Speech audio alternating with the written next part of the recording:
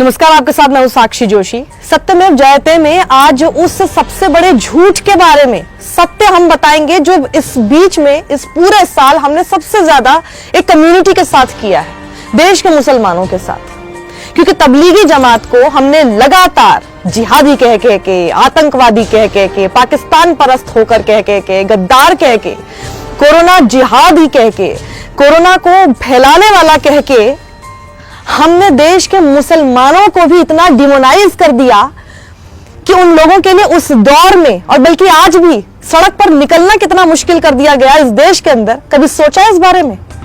थोड़ा भी अगर थोड़ी सी भी शर्म हम सब लोगों में होगी ना तो हम कान पकड़ के कम से कम माफी जरूर मांगेंगे। आपने किया या नहीं किया, हमने किया या नहीं किया, लेकिन अगर उसका पार्ट भी थे, उसको होता हुआ भी हमने देखा है, तो हम सब इसमें शामिल हैं। कैसे? सबसे पहले तो मैं आपको यह बता दूं कि किन किन न्यूज चैनलों को, किन किन अखबारों को माफी मांगने की जरूरत है ना। ये थोड़ा सा काम हम आसान कर देते हैं आज। वो इसलिए कर देते हैं क्योंकि हम तब से कह रहे हैं कि कोर्ट के वर्डिक्ट के बाद अब इन सबको माफी मांगनी चाहिए, न्यूज चैनल्स को माफी मांगनी चाहिए। लेकिन कौन है ये लोग? आज इनको जरा बेनकाब कर ही देते हैं, इनका एक एक करके चेहरा दिखा देते हैं आप।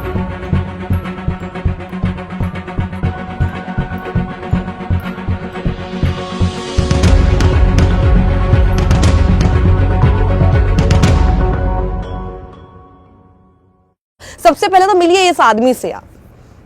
दिन भर देश में सिर्फ और सिर्फ नफरत जहर फैलाने वाला ये आदमी जो कहता है अपने आप को एडिटर, कहता है अपने आप को जर्नलिस्ट, लेकिन जर्नलिज्म का जे भी इसके किसी काम में कहीं दिखाई नहीं देता।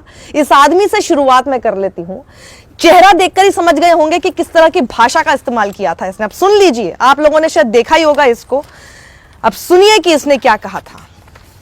इसने ये कहा था 31 मार्च को अपने शो बिंदास बोल में, कोरोना जिहाद से देश बचाओ, तबलीगी जमात को बैन किया जाए नरेंद्र मोदी। अगर भारत की मस्जिद से हिंदुस्तानियों को खतरा है और कोरोना वायरस लेकर घूमने वाले मानव बम खुलेआम घूम रहे हैं तो क्या आप इसे कोरोना जिहाद नहीं कहेंगे?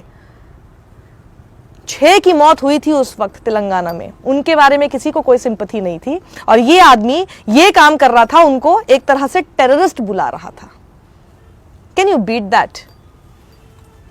आगे बढ़ूं उससे पहले आपको बता देती हूं कि चीफ मेट्रोपॉलिटन मैजिस्ट्रेट ने क्या कहा है। यह कहा है कि ये जो 36 फॉरेन नेशनल्स को तबलीगी जमात से जो जुड़े हुए, जिनको बंद करके रखा हुआ था, ये सब बकवास है। ये किसने, क्यों, आपने कैसे बंद किया? और साथ ही आपको बता दूं, आईओ इंस्पेक्टर सतीश कुमार और एसएचओ मुकेश वालिया को खूब लताड़ा है कोर्ट ने और यह कह दिया है कि आपकी तो बात पर विश्वास करने लायक ही नहीं है। क्योंकि एक तरफ आप ये कह रहे हैं कि आप रोज मरकज जा रहे थे, राइट? उन्होंने कहा कि आप मरकज जा रहे थे, लेकिन आप ही को एक्चुअल नंबर ऑफ पर्सन्स भी नहीं पता है। अगर आप रोज मरकज जा रहे थे तो आपको एक्चुअल नंबर ऑफ पर्सन्स पता होना चाहिए था, लेकिन आप झूठ बोल रहे हैं कि आप रोज मरकज जाते थे। और अगर आप झूठ बोल रहे हैं आप मरकज जा रहे हैं तो आप उन लोगों की पहचान कैसे कर सकते हैं? और बहुत बड़ी बात कोर्ट ने यह कही है अपने जजमेंट में कि आपने किसी को पहचाना नहीं, किसी की टेस्ट आइडेंटिफिकेशन परेड नहीं की। ये तो किसी का, एक आम आदमी को भी पता है कि टेस्ट आइडेंटिफिकेशन परेड किसी भी अक्यूज की करनी ही होती है। बिना उसके आपने लगभग 2500 लोगों में से 900 से ऊपर लोगों को ऐसे ही पहचान लिया?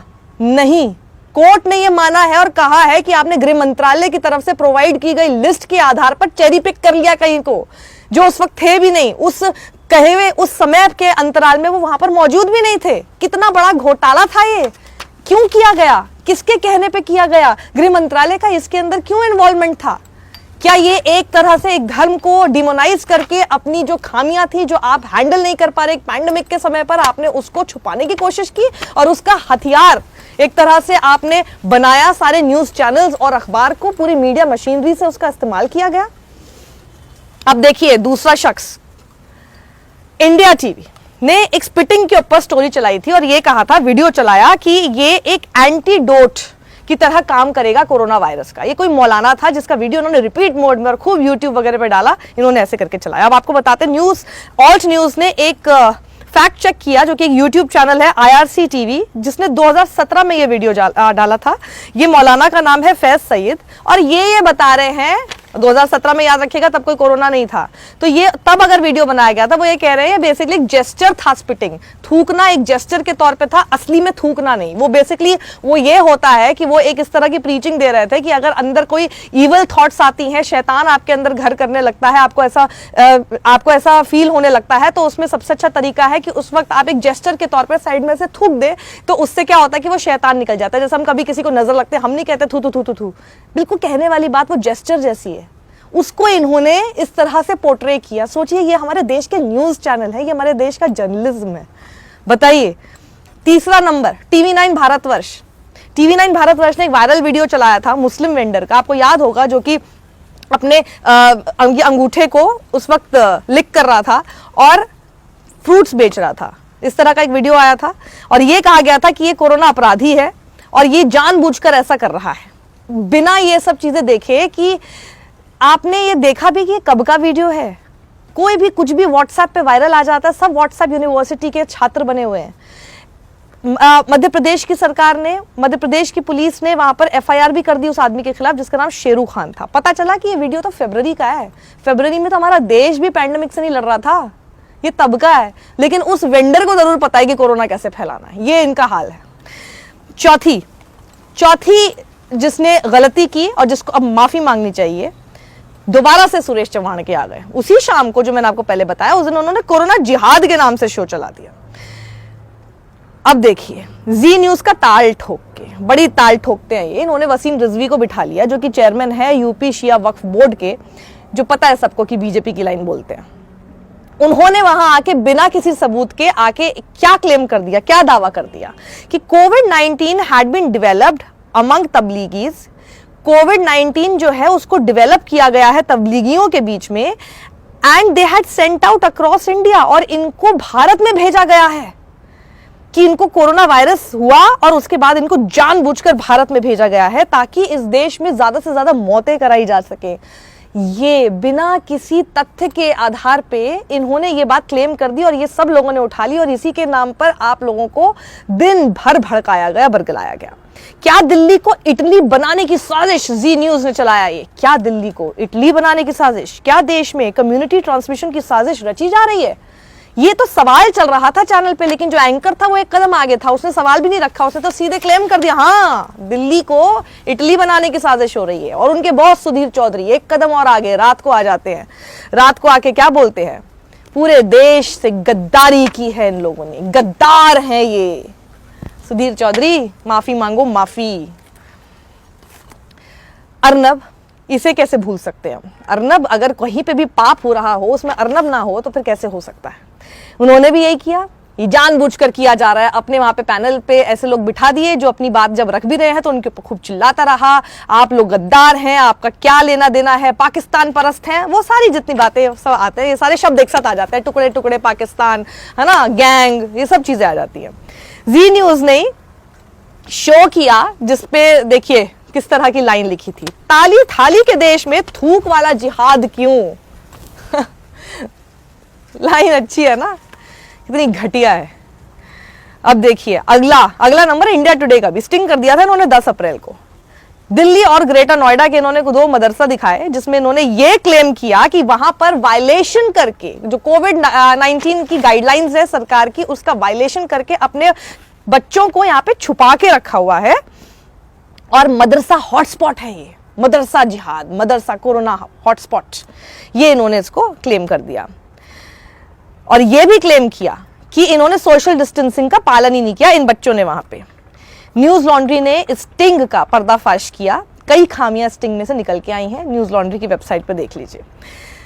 तबलीगी जमात पर सिर्फ न्यूज चैनल्स ही नहीं, अखबार, प्रिंट मीडिया ने भी बहुत जहर फैलाया है। सबसे पहले अमर उजाला का देख लीजिए, इन्होंने जमातियों के मिसबिहेवियर के बारे में खबर छापी। तबलीगी जमात जो क्वारंटीन थे उन्होंने बाहर जाके शौच किया, क्यों? क्योंकि उनको अपनी जो मीट खाने की डिमांड थी वो उन लोगों ने पूरी नहीं की। राजस्थान पत्रिका ने भी इस खबर को उठा लिया, लेकिन उसके बाद क्या हुआ, सहारनपुर पुलिस ने ही ट्विटर पे ये डाला कि हमने ये पूरा तथ्य देखने की कोशिश की है, जांच की है और ये पूरी तरह से तथ्यहीन है, गलत खबर है। फिर इन दोनों ने अपनी अपनी खबरें वापस ले ली, मतलब कुछ भी इन लोगों ने चलाया। दूसरा देखिए दैनिक जागरण, इन्होंने किया Islam's peaceful propagation and jihad are two sides of same coin, मतलब एक तरफ इस्लाम अपने आप को शांतिपूर्ण धर्म बताने की कोशिश करता है और दूसरी तरफ ये लोग जिहाद करते हैं, ये एक ही सिक्के के दो पहलू हैं, ये इन्होंने खबर की। ऑप इंडिया, जिसको हम बहुत प्यार से पूप इंडिया भी बोलते हैं, तबलीगी पेशेंट्स जो चेन्नई में थे उनको इन्होंने कैसे किया डिनोट पता है आपको? that they made Islamic gesture popularized by ISIS। अपनी 4 फिंगर उठा के एक उन्होंने तस्वीर डाल दी, उनकी 4 फिंगर उठाए हुए तस्वीर डाल दी, मतलब आप कुछ भी उंगली उठा के कुछ तस्वीर डालेंगे, देख लीजिएगा भैया किसी आईसिस किसी के साथ तो नहीं जुड़ा हुआ, वरना आपको भी जोड़ देंगे। कोई उनकी तस्वीर थी तो उसको उन्होंने ऐसे कर दिया कि देखो आईसिस भी इसी तरह से उंगली उठाता है, तो ये आईसिस के साथ कनेक्टेड है। What an investigative journalism, my God। अब देखिए आर पार में अमीश देवगन कहते हैं कॉन्क्रीट इंफॉर्मेशन है that Pakistan was directly responsible for the corona virus pandemic in India. क्या है इनके पास कॉन्क्रीट एविडेंस?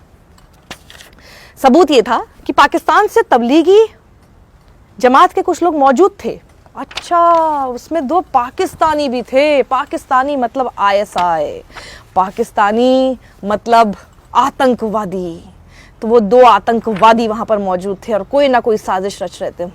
अमीश देवगन, जबरदस्त journalism, wow.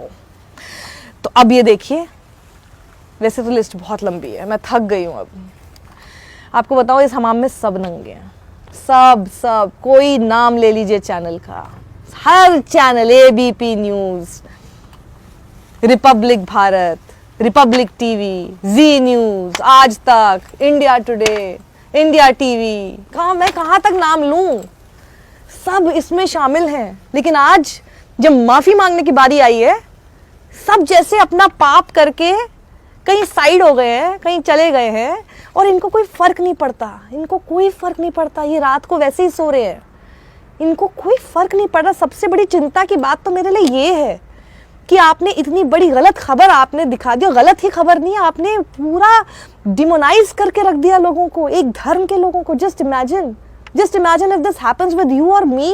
I cannot actually imagine this कि आप घर से बाहर निकलें, आपके कपड़ों, आपकी लुक को देखकर ही कोई आपके पहले तो धर्म को पहचाने और फिर आपको देखकर ये सोचे कि ये तो कोई वायरस लेकर फैल रहा है। उस समय पर सोशल मीडिया पे किस तरह की पोस्ट लोग लिखने लग गए थे, समझदार लोग तक लिखने लग गए थे, वो तक मानने लग गए थे कि खाने में थूक कर देते हैं। आप सोच सकते हैं how much we have demonised one community, how much. बचपन से लेके आज तक एक तो कोई आपका मुसलमान दोस्त होगा ना, एक तो कोई होगा जिसके घर पे कभी तो आप ईद पर गए होंगे, कोई तो होगा जिसने कभी तो आपको मीठी सेवइयां आपके घर पे भिजाई होंगी, या कोई तो होगा जो शायद आपकी माँ अपने घर पे दिवाली पर बुलाती होगी कि बेटा ईद पर मेरा बच्चा तुम्हारे घर आता है तो दिवाली पर तुम जरूर आना। कोई तो होगा जिसको शायद कभी राखी भी बांधी होगी, कोई तो होगा, उसी को याद कर लो। आपने उसके साथ बहुत बड़ा अपमान किया है। अगर आपके मन में थोड़ी सी भी शर्म है ना, आपने किया या नहीं किया, इसको ठीक कर सकते हैं तो करने की कोशिश कीजिए, वरना वो दिन बिल्कुल दूर नहीं है। जैसे आज मुसलमानों के बाद अब सिखों के बारे में क्या क्या कहा जा रहा है, वो दिन दूर नहीं है जब आप भी उस फेहरिस्त में होंगे। और उस वक्त let me remind you once again, बहुत देर हो चुकी होगी, सॉरी। और उस वक्त मुझे आपसे कोई सिंपैथी भी नहीं होगी, बिल्कुल नहीं होगी, क्योंकि हम लगातार बताते रहे उस वक्त जागने का क्या फायदा जब आपके ऊपर बीती। उस वक्त जागिए ना जब दूसरे के साथ हो रहा है, तब हम कहेंगे ना कि हाँ कुछ तो है दम आपके अंदर। सोचिएगा इस बारे में जरूर। सत्यमेव जयते। Like and subscribe, do share this. Thank you.